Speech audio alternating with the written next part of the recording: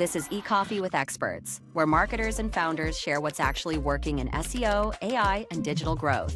Grab your coffee and fuel your mind as we chat with top minds about their wins, struggles, and lessons you won't find in a blog post. Brought to you by Digital Web Solutions, we bring real talk to help you grow your business, one episode at a time. Let's get started. Today on eCoffee with Experts, I have with me Mike Horn. He is a serial entrepreneur and has been for the past 3 decades. Mike, good to have you here. Austin, nice to see you. Thanks for having me on. I'm looking forward to the conversation. Me too, man. So tell me a little bit about where you spend a lot of your time. What do you spend your time thinking about these days? I mean, you have a lot of different roles. You work with 4 or 5 different companies at an executive level. What's a majority of your time spent thinking about at like the core level? I mean, at the end of the day, it's fandom. We're servicing fandom, right? I think that's the most basic way to put it. You go to a Comic-Con, you see someone dressed up, you see them doing their thing. It's an expression of fandom. And the fandom that I've spent my career in, this sort of, so-called geek and nerd thing, has just expanded so much since the 90s when I got started. It used to be a very niche business or a niche audience. And it's, represented in almost everybody. Almost everybody's got some kind of fandom there that they like. And, I think that a natural expression of your fandom is to then turn it into products. So what I've always done is I don't create the IPs, but I help shepherd an IP into merchandise that fans will buy. So it's an expansion of intellectual property into things, and the things are anything that you can think of. The kind of stuff that's sold at a Comic-Con. So anything from a T-shirt to a full-on costume to toys and statues, trading cards, comic books, any and all. Yeah. So you had a toy company several years ago, early on in your career. You're currently, a fractional executive for a trading card company. And one of you're the president at Burgschneider. You're the president at Burgschneider.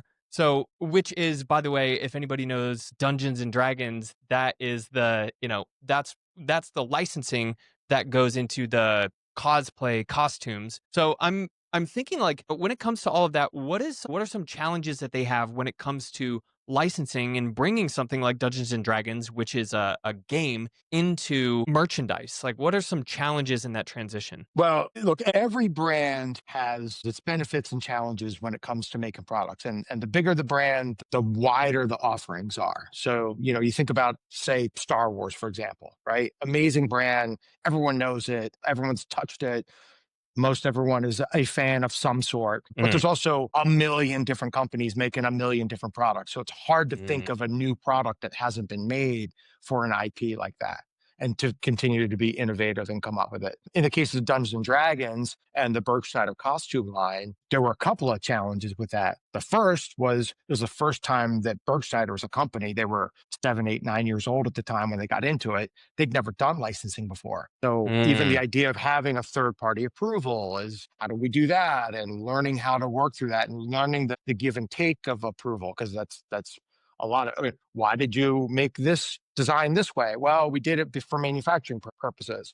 There's a lot of that goes on. Again, another specific challenge with D&D is it's not a defined universe of what things look like. Yeah. Right? You think about, again, let's use Star Wars, right? If I say Star Wars Stormtrooper, you know what one looks like. But if I say Dungeons and Dragons Wizard, what you think of is probably a lot different than what maybe even another player in your group plays with. Right? Yeah. So creating a costume line, we had to sort of genericize and then take a look to what to what each thing is. And so that was a specific challenge with that IP, is to match up to the classes. And that was how the strategy was to address that particular brand. Yeah. When we're talking about fandom, I mean, you're talking about cultures where people live and breathe the world, the universe. I think early on, like in the 80s and 90s, maybe Star Wars was like, there were many more people who were deeper than they are now. And same thing with Dungeons and Dragons. Like, you meet people who are just absolute, like, I don't even know how to explain it, like, in a way that communicates the level of dedication that they have to that. I'm curious what you see about those like uber fans, like the mega fans, the people who are all in. Like, how does the brand cater to those people? Like, how do they continue delivering? So it's interesting, and as you're saying that, I'm thinking, my career has really. I would say I've spent most of my time has been spent sort of in the center circle of the what you described as a super fan. So Yeah. like a casual fan, might be interested in a t-shirt, but Hmm. only a hardcore fan is going to spend $500 for a statue, Right. or $200 for a costume or whatever it may be. And so, I think I've had the luxury of being able to sort of look at this at the center of the target and then kind of fan out is sort of the way we look at it and make the Hmm. product a little more accessible for the mid-range or casual fan. Hmm. Um, and so I've kind of lost my train of thought where we were going with that. You were Well, talking about how brands monetize it. yeah, essentially that's it. Because like in marketing, right, you have your ideal client profile, and when you're marketing things to them, there's kind of two schools of thought. One is like, do we generalize our products and services more so we can kind of move people who are in like the wide middle up to the small top, if we're looking at kind of a Mhm. pyramid, where do we spend our ad budget? Or should we direct most of our energy toward the people who are already at the top, like ready to buy? It's a very competitive space up there. And so most brand like agencies and marketing organizations are going toward that kind of middle tier with the intention of nurturing up. Now, is that kind of what you see in I would say that at least from my experience, it is definitely more in that example. It's more of working from the top down.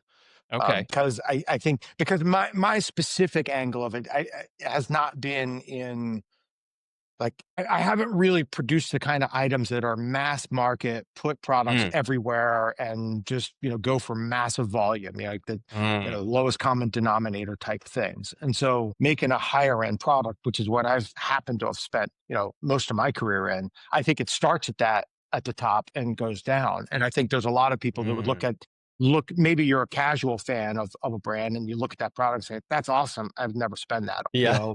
but that's what we would want to bear, like to be starting to expose to that. But if you start with the hardcore fan, and especially in today's world, the Yeah. hardcore fan who happens to be vocal and tells their friends, peacocks a bit, look what I got.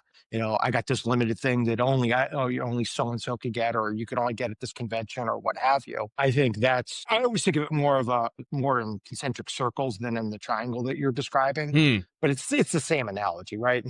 Yeah. Yeah. But I think of it as hitting the center of the concentric circle, and then you have a little bit of a ripple effect that expands out. Yeah, yeah. I mean, the brand identity and the messaging does have to go to like, all right, who is our I mean, that's why it's called the ideal client profile, right? Is like who is the person who is 10 out of 10 on all of the values, the consumer behavior, the energy, the network, the type of people that we want to associate with. It always reminds me of like high fashion, like Dolce and Gabbana and, Gucci and everything else. They have these Paris Fashion Week and New York Fashion Week and, all of this, and then they have on the runway like these ridiculous outfits, and Yeah, people go to be, I don't want to say to be entertained, but taking those concepts and then pulling them apart and kind of watering them down to be something that's more widely available. I assume it's kind of the same idea, right? Is sure. basically what you I mean, said. think about the 150,000 people or so that go to San Diego Comic-Con, right? Mm, The ones who actually go and get in costume and spend a week and get their friends and fly and get a hotel and wait in line to buy exclusives, right? That's very much the center. But yeah. there are tenfold more who are watching it online or maybe buying it Mm, secondary market, or and I wish I could be there, I just couldn't. And so I think that it starts with the super fan. It always starts with the super fan, and yeah. expands from there. Yeah. Do you talk about, in marketing we talk of like kind of the top of funnel or discovery, and then going into like middle of the funnel, like nurturing slash consideration. Consideration kind of goes into bottom of funnel as well.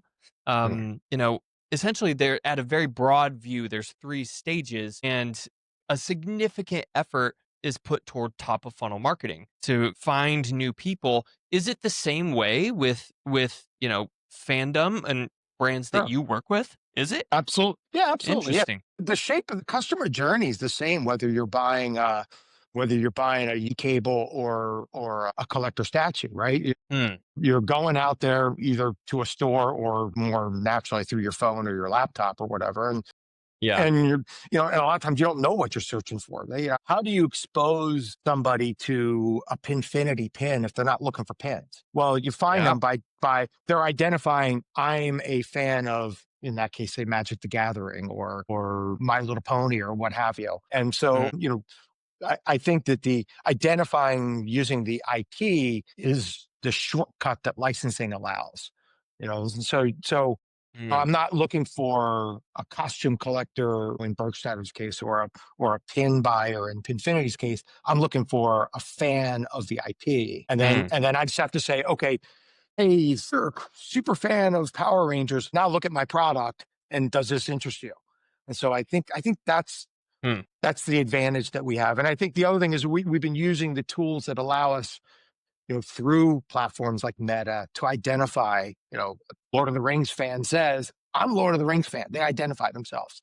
And so Uh-huh. whether you're advertising or utilizing influencers, it's centered around those brands who have already aggregated and congregated that fandom. So in a lot of ways, it allows that top of funnel activity to be more focused. So instead of just saying, okay, in the old days of advertising, I want males 18 to 22. That's just too Mhm. broad, right? Mhm. But if I know I want, Lord of the Rings fan, and that's a different identifier. And it's Mm. also spans across demographics, Mhm. Mhm. right? Those IPs apply to all kinds of stuff. Yeah, exactly. I'm curious, the market, I mean, competition has been around since the beginning of time, right? But Right. I feel like everybody that I talk to says that their industry is very competitive, and it's true. How do you think about in I mean, everything is pretty much commoditized. Doesn't matter what industry you're in. How do you think about developing brand when you don't have a strong track record of, 30, 50 years like Star Wars or, yeah, 30 years like Dungeons and Dragons. Like how do you think about creating a almost like a new product category, I guess? Well, I think your question is a little bit more. There's twofold, right? Mm, New content's coming out every day, mhm, and a lot of it. And whether it's a traditional sort of tentpole movie in the theaters, or it's some YouTube creator who just all of a sudden gets a gigantic audience. The mm, the amount of content that's being created is enormous. The convenience of delivery of content means that fans can find whatever they want, and they mm, can service those different pockets however they want. An anime fan, it's probably not a better time to be an anime fan than mm, it's ever been, because it's so easy to find the content and to mm, find new content, right? Because it's constantly coming out and being curated and brought out. So I think that when it comes to establishing, my sort of mechanism is, I just look at the audience size. Like, it doesn't have to be an evergreen type of product. It doesn't have to be a brand that's been around for X number of years in order to mean it's important. And in fact, it's one of the advantages of, say, the Pinfinity program that we have, because pins are a relatively quick product to make. We mhm, can get into a brand new IP when it's, a trendy YouTube video can mm. can get merchandise in a very quick manner. Where if I was making action figures, it takes a year. Yeah. Yeah. And it's a high expense, and a lot of, the uncertainty of China and tariffs. And, there's a lot of reasons to be apprehensive about those higher investment type of product categories. Mhm. So I mean, look at content. Look at the movies, right? As an example, Yeah. when's the last time a big sort of entertainment was a new IP? It's retreads of, the Marvel thing's been going for how Yeah. long? Yeah. Right? DC movies, and sequels and reboots. Because if you're a studio and you're putting 100, 200 million into a movie, you hedge your bet by putting something safe, something Yeah. that's got an established audience, right? So it's in a lot of ways, it's not any different than the evaluation that we do as licensees on what kind of products to make. Mm. How do you do market research? Like how do you go about that? It's, gut feeling and instinct a lot of times. Yeah, I'd imagine. It really is, and it's A lot of times we'll ask for just basic data. What's the size of the audience? How long has it been around? Especially if it's Mm. an IP that we don't know, who's the target. And today with digital, with the amount of digital, it's much easier to identify who your consumer is, and a little bit more about them. Yeah. So if we've got a new IP that's targeted to preschoolers, Hmm. we're even if they've got 100 million followers, we're still not going to make a $500 statue for it, right? It's a mismatch. So I know that's an obvious extreme example, but Uh-huh. I think that's really what we try to do. Like for me, in my perspective, it's that Comic Con, that center, the person who's the fan who's going to go the extra mile, go the extra 10 miles to represent that fandom. And so, it's we just make sure that we're looking at brands that can support the kind of products that I know how to make, Yeah. if that So makes sense. yeah, tell me a little bit more about Burgschneider. They've been around. It's a German company, Hmm. and Yeah. you are helping the US market, like the US division, right? Yeah, there's a couple of different ways with that.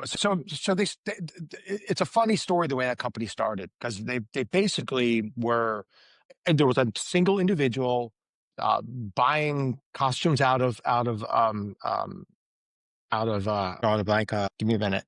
He's making them in Nepal. So there was a single guy making 20 costumes at a time from a factory in Nepal and going to Renaissance fairs and selling them. Hmm. And he was friends with this guy, Marcus, who's the CEO of Burgschneider now, and basically was like, hey, like, I'm working out of my house. Can I just share an office with you? And Marcus was a technology guy who was also just into tabletop gaming. And so he's Hmm. basically watching this guy come in every weekend with this, a car full of costumes, and then coming in on Monday with a wallet full of cash and saying, there must be a business here. Well, Mm. what they specifically did is, this is about 10 years ago, then they formed a company and kind of made it like more than just a garage affair. But they specifically targeted a sub category called LARP, live action role play, Mm. right? And so really what the Burgschneider product line is designed to do is for people who are playing in this fantasy world. And then Mhm. what they did is they bought an events company that puts on LARP events. LARPing's big in Europe. Mm. LARPing's not so big yet in the US. Mhm. But what was happening was, along the way, just osmosis. They were doing like 20% of the revenue in North America. People in North America finding an oddly spelled name that's obviously not, native English, and Uh-huh. buying from Europe and paying in euros and having a costume, delivered. And Yeah. 20% of the customer base was in North America. And so about 4 or 5 years ago, they said, all right, it's enough that we need to make an American division.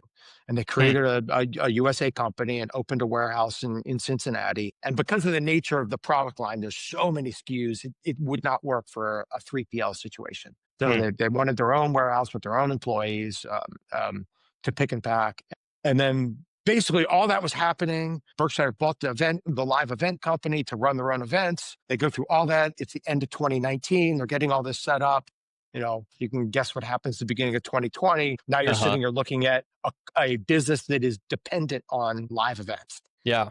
Yeah. And so that's when the idea of, like, we got to find another reason for people to buy our product. Yeah. Sort of organically, the idea of licensing came about. Mm. And it really was a friend of Marcus's who was at Hasbro, in licensing at Hasbro. And they kind of had this like chocolate and peanut butter moment. Like, what if we took your costumes and we put Dungeons and Dragons with them and we create a branded collaboration? And so it was about a year into that relationship that I came in. So I met Marcus at the Licensing Expo, which is our biggest trade show Okay. every year. This is about 3 years ago. And he was kind of just laying it out. And he had kind of had this fledgling little operation in North America and a growing business, and just said, we really need someone we've been like, with nobody at the wheel, we're doing a couple of $1 million in revenue and there's nobody paying attention. And unexpectedly, being a German company, like, their headquarters, their home market, like, they're focused on their own business. And I was, kind of at this time where I was starting this journey of, I don't really want to make my own company from scratch again. Mhm. And so it was a very natural fit of like, well, I'll come in and run this for you. You need someone with experience. You need someone who's who's far enough along to, who can actually make executive decisions and advise you on, everything from, real business development to mundane stuff like dealing with taxes, right? It just needed someone responsible to deal with it. Yeah. And so it just was a natural fit, Yeah. and so I've been about, I guess about 2.5, 3 years now. I've been, helping grow that business. The other thing that's happened is we have now introduced that event business to the US, and we did it Yeah. just this month for the first time. And it was instead of doing a LARP event, we didn't even call it a LARP. We called it the Brandywine Festival, which was basically a 5-day LARP completely set in Middle Earth, licensed by Tolkien. So, What? yeah. Man. Yeah. So the first event in the US was about a month ago outside of Louisville, Kentucky, which is like a 2-hour drive from our warehouse in Cincinnati. Oh, We had wow. about 1,000 people come in, and basically for 5 days, this farm in Louisville, Kentucky went from being Louisville to Middle Earth. Oh my gosh. That is so Yeah. cool. Is there somewhere online, like a Instagram page or somewhere where I can see that? Yeah, it's Burgschneider's the tag, and I have at the end of this call, I'll forward you a video that we made. One of the things that Marcus identified early on was let's treat this kind of like a fashion company. So let's take really good photos and video and cinematic style video. So they've created these videos of these LARP events that, quite honestly, it'll look like they're from HBO shows. Oh my But it's just gosh. people playing their game and living their fantasy world. They show up to this event, and for 5 days they get to completely escape and not only put on costumes, but become another character and Yeah. go to another world. And there's an entire universe that exists for this temporary time. It's maximum escapism. Yeah. Now, I would imagine that, well, first of all, are you in Cincinnati too? I am in Maryland. I'm Okay. based in the Mid-Atlantic. Okay, Yeah, so got it. I just go out there to the Cincinnati warehouse occasionally. Very cool. And do you actually participate? I'm sure you do. It's funny. I've been to my very first one. I made agreement with these companies. To be honest, I heard the word LARP, but I really didn't know what it meant. And what I said to Marcus when I met him, I said, I don't know a lot about LARPing specifically. Let's be very clear about it. What I do know, and I'd say I'm an expert at, is fandom. And so 3 weeks later, I was in Germany at their biggest event, 10,000 people. Oh my gosh. At that's unbelievable horse estate that's got stone buildings that were built in the 1300s. It's owned by the same family for 700 years, this property. And 51 weeks of the year, it's a horse farm. And 1 week a year, it is Mythodea, this IP that Burgschneider owns. And so, I went to it, and I'm 30 years, my entire career going to Comic-Cons. Yeah. Kind of seen it all. And it was so eye-opening to see this, and the way that the way that people engage, and again, this is not like a strict type of environment. Like, people are making up their stories as they go, and whatever their character is, whatever the scene for them. There's an entire town. There's a marketplace. There's an entire ecosystem going on, and I was just the observer. Now you have to be in costume because you can't break the fiction. Yeah. And you have to keep your phone hidden because, again, same thing. Yeah. So unlike a Renaissance fair, it's kind of like people in jeans wandering around. This is everybody there is in character for the duration. And there's stuff going on at 2, 3, 4 in the morning. Not for me. Oh, wow. I Yeah. wasn't, I didn't participate to that level, but just to see that kind of level of dedication and commitment, and 10,000 people for a brand that really is just a homegrown IP. And so the idea of now taking that experience and marrying it with known IP, it's kind of and what it is it goes back to an earlier question of yours, and it enables Burgschneider as a licensee to be able to go to a brand owner with a very unique offering. If I'm in the t-shirt business, not a lot I can offer a licensor that 500 other t-shirt companies can't offer, but nobody else can offer you an immersive experience where you can actually become part of the fiction, and blur the lines of the IP and the world, and so, and that's ultimately what as a licensee, what we're always trying to do is create something unique for the licensor, so there's a reason to pick us, right? You want, Mm. and so I've historically tried to stay in sort of unique categories that have fewer competitors. At one time, I was in the t-shirt business.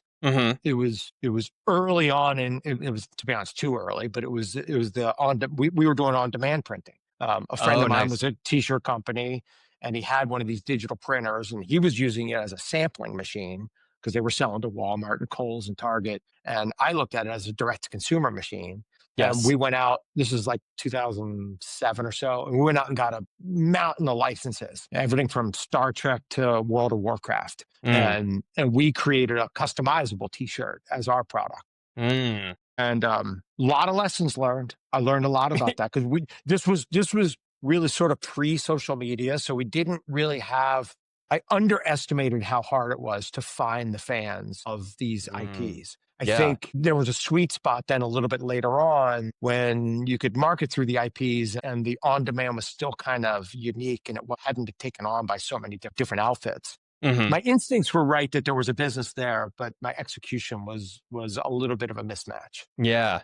Man, that sounds so cool. And I'm wondering what kind of worlds will be created, even, going into next year and in the future, how will AI be able to help create not only costumes, but also like set design and, how will the industry evolve and continue in 10 years, what fandom brands are going to emerge because AI is just creating so much new content. Like any little thing could just turn from a tinder into a fire, and just having that connection. It's a slippery slope though, right? Because Yeah. some of the generative AI is is replacing actual creatives.